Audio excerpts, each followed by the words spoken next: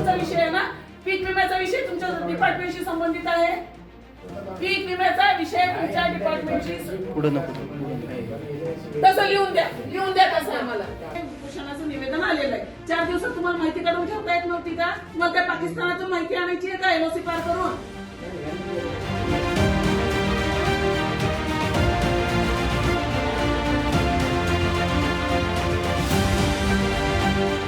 रविकांत तुपकरांच्या अन्नत्याग आंदोलनाच्या 4थ्या दिवशी दुपारी ॲडव्होकेट शर्वरी तुपकर यांनी पीक विम्याच्या प्रश्नावर जिल्हा कृषी अधीक्षक कार्यालयात जवळपास 5 तास ठिय्या आंदोलन केले.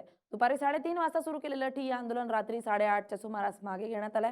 पीक विमा कंपनीनं शासनाची आणि शेतकऱ्यांची फसवणूक केल्यानं त्यांच्या विरोधात गुन्हा दाखल करावा अशी आग्रही भूमिका ॲडव्होकेट शर्वरी तुपकर यांनी व्यक्त केली आहे. ॲडव्होकेट शर्वरी तुपकरांच्या विविध प्रश्नांनी निरुत्तर झालेल्या जिल्हा कृषी अधीक्षक संतोष डाबरे यांनी अखेर भारतीय कृषी विमा कंपन्यांच्या विरोधात तक्रार दिली आहे. तक्रारीवरून कंपनी विरोधात फसवणुकीचा गुन्हा दाखल झाल्यानंतरच ॲडव्होकेट शर्वरी तुपकर यांनी ठिय्या आंदोलन मागे घेतले.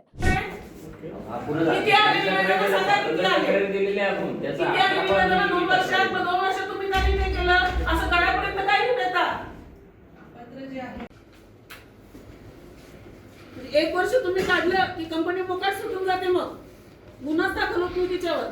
तुमचा विषय आहे ना, पीक विम्याचा विषय तुमच्या डिपार्टमेंटशी संबंधित आहे. पीक विम्याचा विषय तुमच्या डिपार्टमेंटशी तसं लिहून द्या तसं आम्हाला लिहून द्या तसं लिहून द्या ना. पीक विमा कंपनीला काहीही म्हणण्याचा मला अधिकार नाही असं तुम्ही लिहून द्या आम्हाला. लिहून द्या ना, लिहून द्या ना. पाहून घ्या तुमचा इतिहास. तोंड पाहून काम करते साहेब ऑफिस तुमचं. काय तोंड पाहून करा ना, सांगा आम्हाला 225 शेतकऱ्यांना कसा दिला तुम्ही. मात्र असं असलं तरी निवासस्थानासमोर संपूर्ण कर्जमुक्तीच्या मागणीसाठी रविकांत तुपकर यांचं अन्नत्याग आंदोलन सुरूच आहे. रविकांत तुपकर यांचे 15 जून पासून संपूर्ण कर्जमुक्तीसाठी अन्नत्याग आंदोलन सुरू आहे. आंदोलनाच्या 4थ्या दिवशी रविकांत तुपकर यांची प्रकृती खालावली. ठिकठिकाणी शेतकऱ्यांची निदर्शनं होत आहेत. दरम्यान याच आंदोलनाचा एक भाग म्हणून ॲडव्होकेट शर्वरी तुपकर शेकडो शेतकऱ्यांसह दुपारी 3:30ला जिल्हा कृषी अधीक्षक कार्यालयात दाखल झाल्या. भूषणाचं निवेदन आलेलं आहे. 4 दिवसात तुम्हाला माहिती काढून ठेवता येत नव्हती का? मग त्या पाकिस्तानातून माहिती आणायची आहे का एलओसी पार करून? तुमच्या पोर्टलवर माहिती सगळी त्याची जरी आपल्याला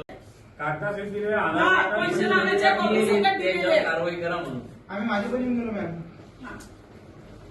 आणि किती दिवस चक्र 30,000 शेतकऱ्यांचं काय? 30,000 शेतकऱ्यांची केव्हा करतात?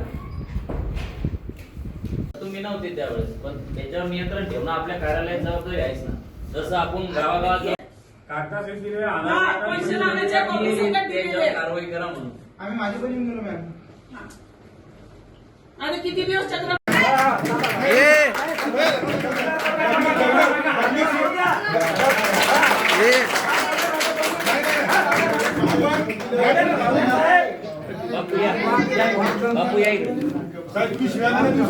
बुलढाणा जिल्ह्यातील शेतकऱ्यांसाठी मंजूर पीक विमा पैकी अद्यापही 1,59,00,000 रुपये शेतकऱ्यांना प्राप्त झालेले नाहीत. कंपनीने दिलेल्या करारानुसार 30 दिवसांच्या आत ही रक्कम शेतकऱ्यांच्या खात्यात जमा होणं अपेक्षित होतं. त्यामुळे भारतीय कृषी विमा कंपनीनं फसवणूक केल्याचा आरोप करत कंपनीच्या विरोधात गुन्हा दाखल करण्याची मागणी ॲडव्होकेट शर्वरी तुपकर यांनी लावून धरली आहे. अखेर 30 तासांच्या ठिय्यानंतर जिल्हा कृषी अधीक्षक संतोष डाबरे विमा कंपनीच्या विरोधात तक्रार देण्यासाठी तयार झाले. मात्र जोपर्यंत गुन्हा दाखल होत नाही तोपर्यंत ठिय्या आंदोलन मागे घेणार नसल्याची भूमिका ॲडव्होकेट शर्वरी तुपकर यांनी घेतली. अखेर रात्रीच्या 8:30च्या सुमारास FIR हाती आल्यावरच ॲडव्होकेट शर्वरी तुपकर यांनी ठिय्या आंदोलन मागे घेतलंय. यांची आक्रमकता पाहता जिल्हा कृषी अधीक्षक कार्यालय परिसराला पोलीस छावणीचं स्वरूप प्राप्त झालं होतं. जिल्हा कृषी अधीक्षक संतोष डाबरे यांनी या प्रकरणी फिर्याद दिली आहे. बुलढाणा जिल्ह्यातील 1333 शेतकऱ्यांची 1,59,00,000 रुपयांची नुकसान भरपाई प्रलंबित असून कंपनीशी झालेल्या कराराप्रमाणे 30 दिवसांच्या आत रक्कम जमा होणं अपेक्षित होतं. मात्र कंपनीकडे वारंवार विचारणा करूनही कंपनीनं जाणीवपूर्वक स्वतःच्या फायद्यासाठी रक्कम स्वतःकडे ठेवल्याचा आरोप तक्रारीत आहे. सदर रक्कम हडप करण्याचा कंपनीचा हेतू असल्याचंही तक्रारीत म्हटलंय.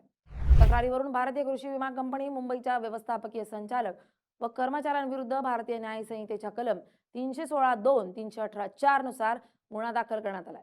या प्रकरणीचा तपास बुलढाणा शहर पोलीस स्टेशनचे ठाणेदार संग्राम पाटील करत आहेत. गणेश सावदतकर, LS मराठी, बुलढाणा.